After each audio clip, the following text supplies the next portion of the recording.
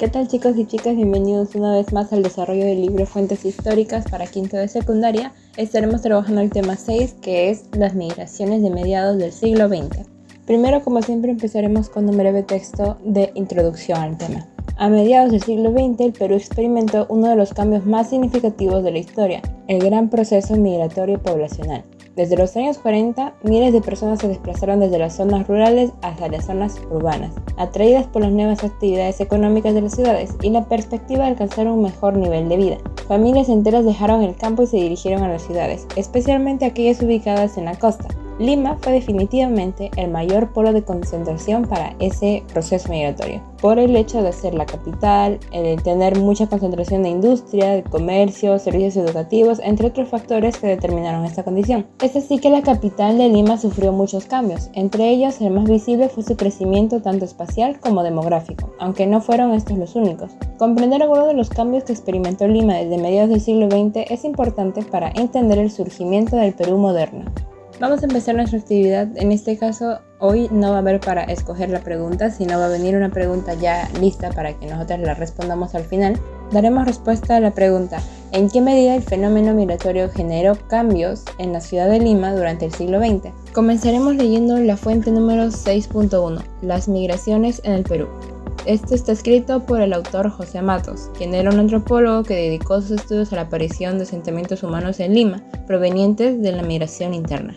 Migrar a las ciudades en la mayoría de los países latinoamericanos fue únicamente una meta, y solo para el Perú tuvo connotaciones mucho más trascendentes, o sea que había algo más que solamente una meta, porque no fue solamente un fenómeno de migración poblacional de la provincia serrana y amazónica a las ciudades de la región moderna de la costa, sino fue un desborde del otro Perú.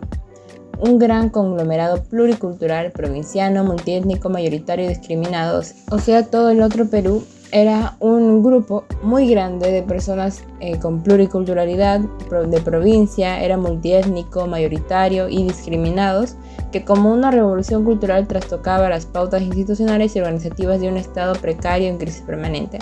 Básicamente que al llegar ellos a la capital de Lima, causaron un, entre comillas, desorden para la sociedad en ese entonces. La provincia, el otro Perú, al hacerse presente de esta manera en las ciudades, alteró y cambió los patrones culturales y sociales que encauzaban a la reducida sociedad nacional, transformándola y dando origen a cambios estructurales que, cuestionando la autoridad del Estado y del orden imperante, derrumbó el rostro tradicional y criollo del mundo urbano del Perú oficial.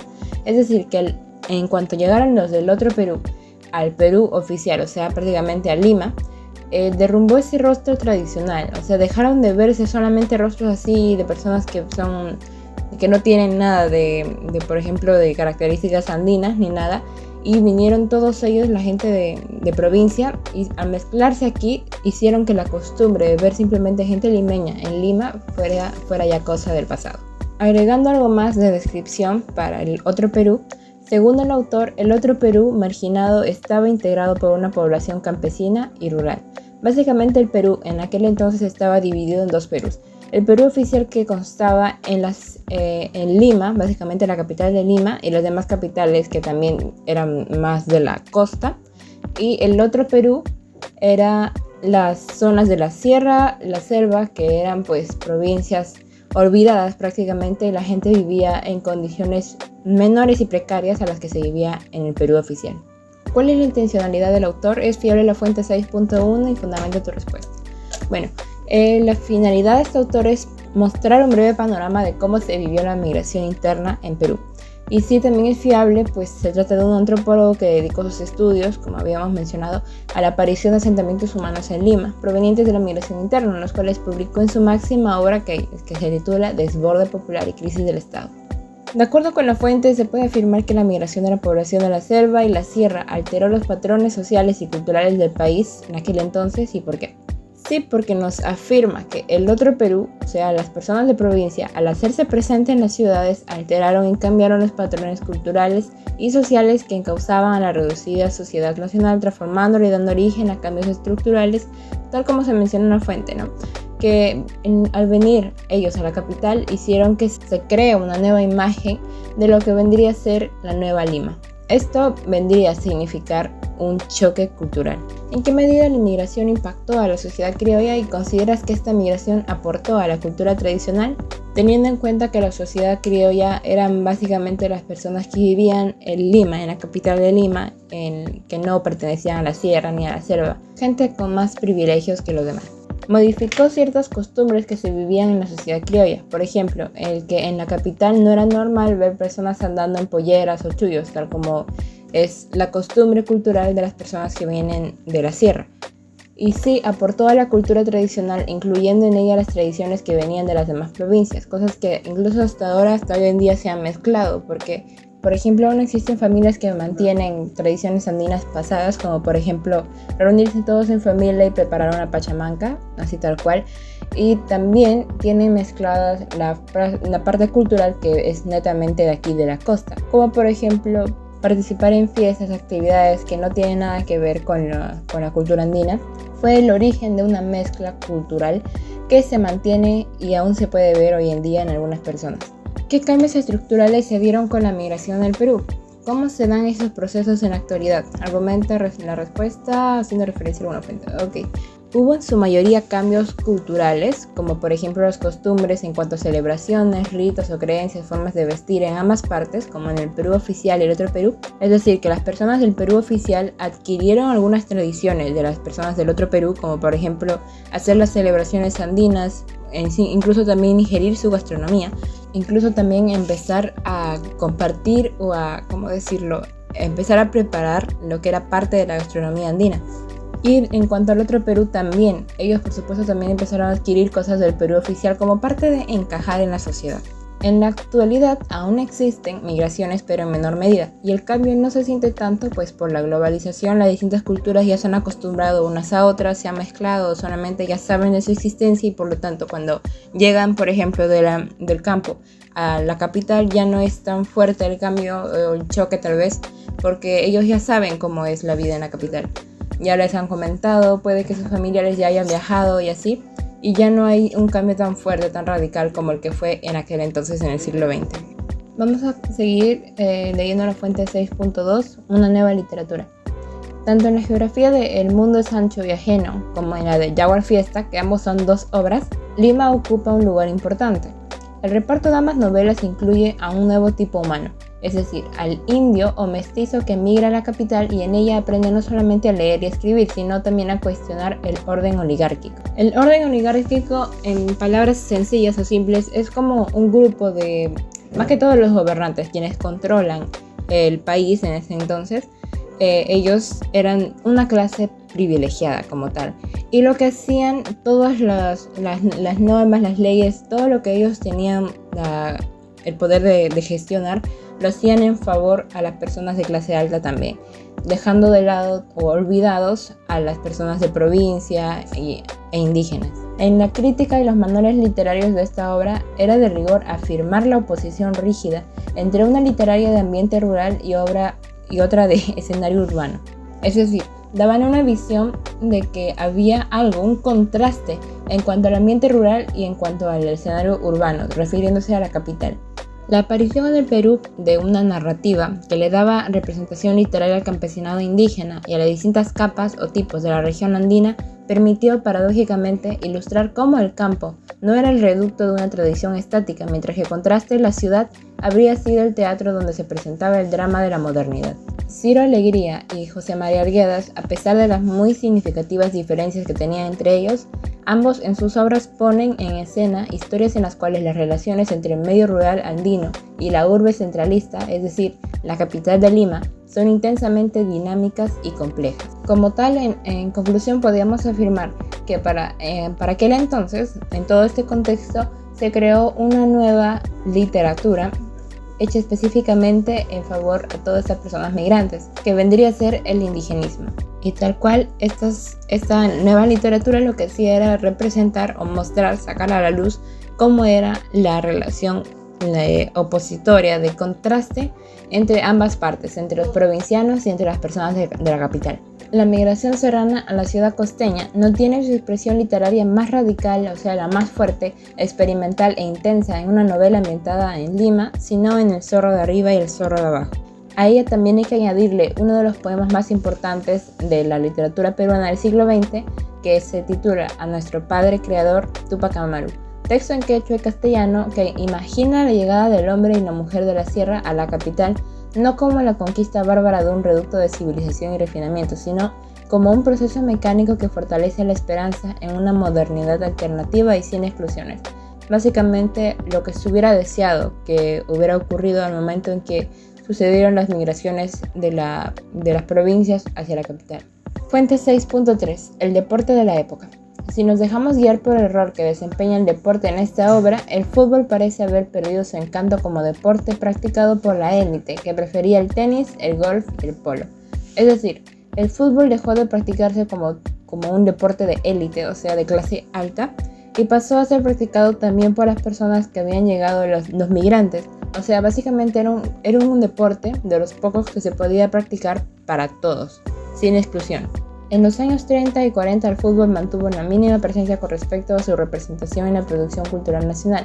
En la famosa novela de Arguedas presenciamos partidos de fútbol en varias oportunidades, pero su función principal parece ser la de simbolizar el conflicto entre los Andes y la costa con respecto a tradiciones y valores. Porque como tal, al haber llegado gente migrante, las personas de aquí de la costa que practicaban este deporte pues tenían como un recelo de que gente como ellos que vienen de los Andes también practiquen su deporte, que para ellos era elitista, o sea, un deporte privilegiado, que no solamente cualquier persona podía practicarlo, sino tenían que ser personas de clase alta. Aparte de esta visión dualista que nos dio, también investigando en otras fuentes, el deporte en ese entonces, especialmente el fútbol, significó también una forma de incluir en la sociedad a las personas que venían migrantes, porque no en todos los casos existía exclusión, especialmente cuando se trataba de menores de edad, porque como eran niños y tal, practicar deporte era como siempre, ¿no? Socializar, hacer amigos sin importar quiénes eran.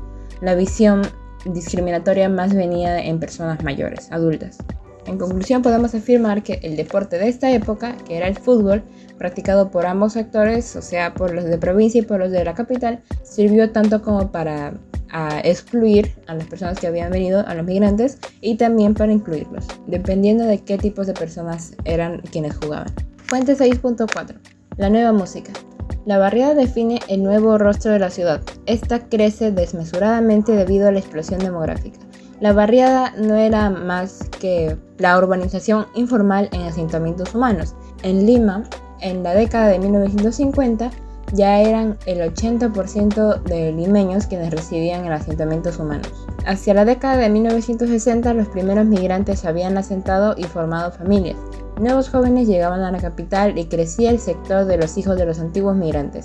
Aunque los patrones musicales criollos y andinos tradicionales mantenían su preeminencia, surgía un sector social juvenil, crecientemente más numeroso, que buscaba nuevas formas de expresión, que por su tradición cultural provenía de la vertiente serrana, pero al que los referentes del mundo de sus padres, o sea, la comunidad, la naturaleza, el árbol, la torcaza, les era ajeno. Tampoco habían sido acogidos por la urbe, y aunque en numerosos casos cultivaran la música criolla y los boleros con entusiasmo, eran culturalmente discriminados. Es decir, que este sector de personas que vivían en las barriadas y que habían tenido sus orígenes en provincias, se veían discriminados por el hecho de escuchar músicas que eran propias de su cultura. En ese contexto, grupos musicales de la Sierra Central empezaron a introducir innovaciones en la forma de interpretar los huaynos. Posiblemente el grupo pionero o el primer grupo que se aventuró a esto fue Los Pacharacos, que incorporó en su formación, además del saxofón, que junto con el clarinete forma parte de los conjuntos folclóricos del Valle del Mántaro desde la década de 1930, el acordeón y la guitarra eléctrica acústica también. Temas como Río Mántaro y Airampito, que tuvieron un resonante éxito, incorporaron además un cierto matiz tropical tomado de la cumbia colombiana. Concluimos que, debido a la discriminación que sufrían estos grupos, tuvieron que cambiar algunas cosas en su música, sin alejarse tanto de lo que netamente eran originalmente, para que ya no los vean como la música serrana, sino como una música que podía ser escuchado por todos. Les recomendaría que escuchen algunas canciones de Los Pacharacos. Yo me escuché unas dos y la verdad son bastante bonitas. Son como un huayno tradicional, pero le agregan el saxofón y suena bastante bien. Solo que da un poco de lástima el hecho de que tuvieron que agregarlo no para que sonara bien, sino para que dejen de discriminarlo. Fuente 6.5. La educación en la segunda mitad del siglo XX. El acceso a la escuela creció en el Perú desde el inicio del siglo XX, pero se aceleró explosivamente desde 1950, con las migraciones. Primero se masificó el acceso a la escuela primaria, lo que dio lugar a la reducción del analfabetismo y la generación de nuevas expectativas en las zonas rurales. Un camino viable hacia el progreso parecía hacerse realidad para amplios sectores a partir de la expansión de la cobertura educativa. El analfabetismo se redujo drásticamente en el medio siglo que va entre 1940 y 1991, más temprano en las ciudades, pero luego también en el campo, primero entre los varones, luego también en las mujeres. La alfabetización de ninguna manera fue el límite. A partir de las décadas de 1950 y 1960, los grupos escolares comenzaron a tocar ya las puertas de educación secundaria. En un principio se encontró una respuesta a través de la construcción de las llamadas grandes unidades escolares y la asignación de un porcentaje creciente al presupuesto nacional al sector de educación.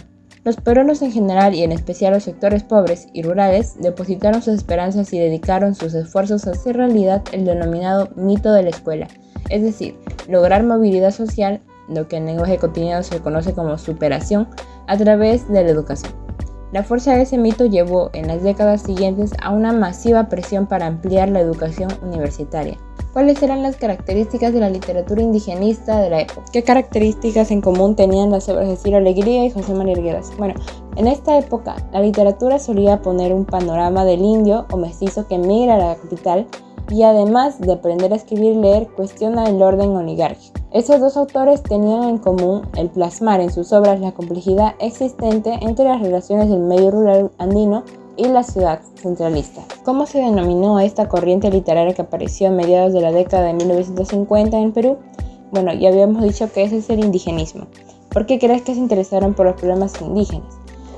Bueno, esto principalmente los autores se interesaron en estos problemas porque, por ejemplo, Ciro Alegría en su juventud vivía junto a personas indígenas. Y por su parte, José María Arguedas convivió también 2 años con indígenas hablando en su idioma y aprendiendo de sus costumbres. Es decir, ambos probaron y vieron la realidad que vivían las personas indígenas, que no era nada, para nada bonito, y decidieron, bajo su posición de escritores y ya siendo bastante reconocidos, decidieron hacer visible todos estos problemas, plasmándolos en obras que por supuesto los leyeron muchísimas personas. ¿Cómo influyó la actividad deportiva del fútbol en la configuración de la sociedad peruana del siglo XX? Bueno, el fútbol dejó de ser practicado como deporte único de la élite y pasó a ser un deporte practicado incluso por personas indígenas, por los migrantes. Este encuentro de ambas culturas en algunos casos permitió su integración y aceptación mutua, puesto que como era una actividad de entretenimiento en algunos lugares funcionó como para socializar y en otros solo visibilizó nuevamente el conflicto existente entre los Andes y la costa. ¿Qué características tenía la música que escuchaban los migrantes en la ciudad? ¿Consideras que se creó un nuevo género musical? Bueno, era música andina, música serrana, propia de su cultura como tal, que era el huayno. Sin embargo, por la discriminación que ésta recibía, algunos grupos musicales innovaron añadiendo otros instrumentos a sus creaciones como el saxofón, el acordeón o la guitarra eléctrica. No creo personalmente que haya sido un cambio drástico como para crear un nuevo género, más parecía simplemente una variación propia de algunos grupos musicales. ¿Cuáles fueron las acciones concretas que implementó el Estado a mediados de la década de 1950 con el objetivo de mejorar la educabilidad de la población peruana? ¿Y cuáles de estas acciones posibilitaron el desarrollo sostenible del país? Primero se masificó el acceso a la escuela primaria, lo que dio lugar a la reducción del analfabetismo y la generación de nuevas expectativas en las zonas rurales. Posteriormente se implementó la construcción de las llamadas grandes unidades escolares y la asignación de un porcentaje creciente de presupuesto nacional al sector de educación. El masificar también el acceso a las escuelas como parte del desarrollo sostenible ayudó a la desaparición del analfabetismo. ¿Crees que en la actualidad aún sigue vigente el denominado mito de la escuela? Y sustenta tu respuesta. Esto del mito de la escuela es básicamente cuando te dicen de que los estudios te darán una mejor calidad de vida, que sin estudios no eres nada, que tienes que estudiar para salir adelante. Ese es el denominado mito de la escuela. Este sigue presente en casi cualquier sitio, o sea, en cualquier sector incluso. especialmente en los pueblos jóvenes y provincias, donde las personas que no han tenido la posibilidad de tener estudios básicos o superiores inculcan sus anhelos pasados a sus hijos, para que ellos no pasen por las posibles mismas miserias y que ellos sean alguien en la vida, básicamente para que no cometan su mismo error de no estudiar y simplemente quedarse como comerciantes o como ama de casa, como ganadero. Para ellos el estudiar, ser profesional es algo mucho mejor. 6.6. El nuevo rostro de la ciudad. Fue la década de 1950 la que dio paso a la configuración de los elementos centrales que caracterizan a la sociedad actual. Básicamente aquí ocurrió ya el último cambio para que pase a ser la sociedad que incluso se vive hoy en día. La urbanización adquirió entonces el carácter preponderante que tiene hoy en el proceso peruano. Significó el inicio de la concentración de grandes contingentes de migrantes, o sea, de muchos grupos de migrantes en Lima. Era un nuevo tipo de asentamiento urbano denominado barriada. Este llegará después a ser el estilo dominante de crecimiento en todas las ciudades del Perú. Es decir, que en muchas o casi todas las ciudades del Perú se ven las barriadas, los asentamientos humanos, en los cerros, en rincones que uno jamás imaginaría que puede llegar a vivir gente allí. Esos son los asentamientos humanos llamados barriadas.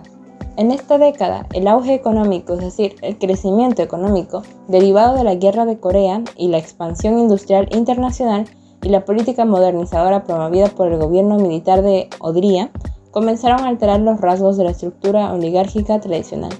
Antes de continuar, poniendo un poquito en contexto, la Guerra de Corea no era un problema exactamente nuestro, pero gracias a que nosotros teníamos insumos que a ellos, a los de Corea, les servía, nuestra economía aumentó porque nuestras ventas, nuestras exportaciones aumentaron bastante. Es también el comienzo de un crecimiento explosivo de la educación popular a nivel nacional, con proliferación de escuelas, colegios y universidades, de la finalización de grandes vías asfaltadas como las Panamericana Norte y Sur, que actualmente ya conocemos, y de construcción de las rutas de penetración a la sierra y la selva, que abren nuevas perspectivas para la comunicación entre Lima y las provincias. La radio también se difunde, se acelera la intercomunicación de pueblos, caseríos y comunidades con las ciudades provincianas y las capitales del departamento. Asimismo, también surgieron nuevos movimientos y partidos políticos. El país entra en efervescencia, con la ampliación de la presencia del Estado en nuevas áreas del territorio y la mayor participación de los sectores regionales en la vida nacional. O sea que cuando deja de existir estos dos grupos llamados el Perú oficial y el otro Perú, dejan de existir y pasa a ser solamente un solo Perú, porque el Estado, el gobierno empezó a enfocarse en todo el Perú en general, y ya no solamente en la capital de Lima. ¿Qué hechos del contexto internacional y nacional influyeron en la modificación de la oligarquía tradicional? ¿Qué sectores sociales se vieron beneficiados y cómo? Bueno, el crecimiento económico derivado de la Guerra de Corea, la expansión industrial internacional y la política modernizadora promovida por el gobierno militar de Odría. Se vio beneficiado el sector provinciano del Perú, de manera que se realizaron obras en beneficio a ellos como las carreteras, las escuelas, las intercomunicaciones y mucho más. ¿Qué hechos permitieron la mayor participación de los sectores regionales en la vida nacional? Bueno, el comienzo de los nuevos movimientos y partidos políticos, el crecimiento explosivo de la educación popular, la finalización de la Panamericana Norte y Sur, la difusión de la radio, aceleramiento de comunicación entre pueblos y etc. ¿Cuáles fueron los factores que permitieron a Odría implementar mejoras en la calidad de vida de los peruanos? Jerarquiza esos factores y utiliza fragmentos para fundamentar. Si estamos hablando de los factores que permitieron a Odría, fueron principalmente el auge económico, el crecimiento económico gracias a la Guerra de Corea y la política que él mismo está implementando con su gobierno militar. El gobierno de Odría fue más como un gobierno en el cual él tenía mucho o bastante poder, más de lo que normalmente debería de tener un presidente. Esto le permitió a él hacer obras que beneficien al pueblo, solo que ya no tenía que tramitar tantas cosas, ¿no? Porque él tenía mucho más poder, como les dije, del que normalmente debería de tener un presidente. Pero en este caso fue de forma positiva, al menos solamente en lo que se refiere de incluir a los migrantes. Ahora sí, vamos a ver las actividades de cierre. Número 1, vuelve a revisar tu pregunta elegida y responde qué aspectos has encontrado que contribuyen a fundamentar tu hipótesis. La pregunta es la misma para todos y para fundamentar la hipótesis yo encuentro que la migración cambió aspectos culturales en la ciudad de Lima al integrarse junto a las costumbres de la gente de provincia que vivía de forma muy distinta y olvidada, al punto de incluso ser calificado como el otro Perú. Revisa tu hipótesis inicial, la información que te proporcionan las fuentes contrasta con lo que pensabas al comienzo y qué fuentes te han ayudado a confirmar o cuestionar esto. Esto sí me ayuda Bueno, aquí le puse un sí que no debería estar ahí. La información que yo he recibido no contrasta con lo que pensaba al comienzo, puesto que yo tenía un saber previo de cómo ocurrieron las migraciones en Lima. Las fuentes que me han ayudado han sido la 6.1, 6.4, 6.5 y 6.6, que son las que más hablan sobre cómo fue todo este proceso.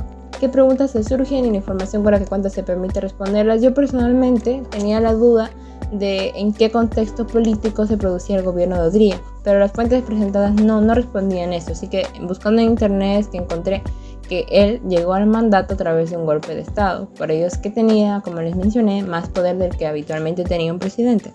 ¿A qué conclusiones puedes llegar sobre la base de las fuentes revisadas? Bueno, concluyo que la ciudad de Lima pasó por un cambio drástico durante las migraciones, pues no era costumbre ver en ella gente provinciana, migrante, asentándose en donde conseguían para incluirse en la sociedad de aquel entonces, causando un choque cultural que se vivenció en discriminación y cambios en la vida y costumbres de ambos grupos, tanto los limeños como la gente de provincia recién llegada.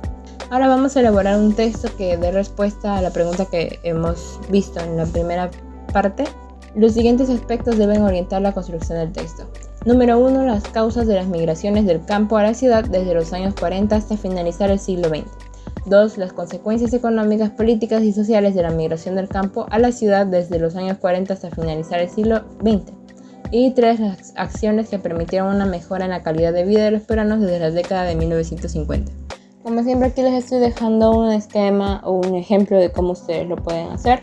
Aquí, como siempre, va a ir el título, que es la pregunta que hemos escogido. En el primer párrafo yo estoy poniendo las causas de las migraciones del campo a la ciudad desde los años 40 hasta finalizar el siglo XX. Pueden introducir al texto de esta forma, siempre guiándose de lo que han trabajado de los textos y fuentes presentadas. Durante el siglo XX, la migración de provincias a la ciudad de Lima incrementó. Las principales motivaciones de las personas migrantes eran conseguir una mejor calidad de vida, tanto por las condiciones de que Lima era la capital, tenía mayor comercio, trabajo, servicios educativos, entre otros factores que no habían en las provincias. Las consecuencias económicas, políticas y sociales de la migración del campo a la ciudad. Bueno, a consecuencia de esto, como hemos visto en las lecturas, se cambiaron los patrones culturales y sociales comunes en la ciudad, dando entrada a las costumbres y formas de vida que los migrantes tenían consigo como parte de su identidad. Lima se llenó rápidamente de asentamientos humanos y registró un crecimiento poblacional inmenso. El fútbol como deporte dejó de ser elitista y pasó a ser practicado incluso por gente migrante, y la literatura obtuvo un nuevo género que era el indigenismo, hecho por supuesto por Ciro Alegría y por José María Arguedas en mayoría. Esta coyuntura, sumada al aumento de la economía gracias a la guerra de Corea, hizo que el gobierno de aquel entonces se interese por la expansión de la educación, la creación de vías de Panamericana Norte y Sur, expansión de radio, aceleramiento de intercomunicación en pueblos, caseríos y comunidades con ciudades provincianas y capitales del departamento. Estas son las acciones que permitieron una mejora en la calidad de vida de los peruanos desde la década de 1950. Y estos dos, tanto las consecuencias como las acciones que permitieron, para mejorar la calidad de vida, son la respuesta a nuestra pregunta: ¿en qué medida el fenómeno migratorio generó cambios en la ciudad? Las consecuencias son lo que se generaron, y también, por supuesto, las acciones que tomó el gobierno son cambios que se generaron en la ciudad de Lima. Eso ustedes nada más lo pueden tomar como una guía, como una orientación. Recuerden que todo está para que ustedes lo escriban a su criterio.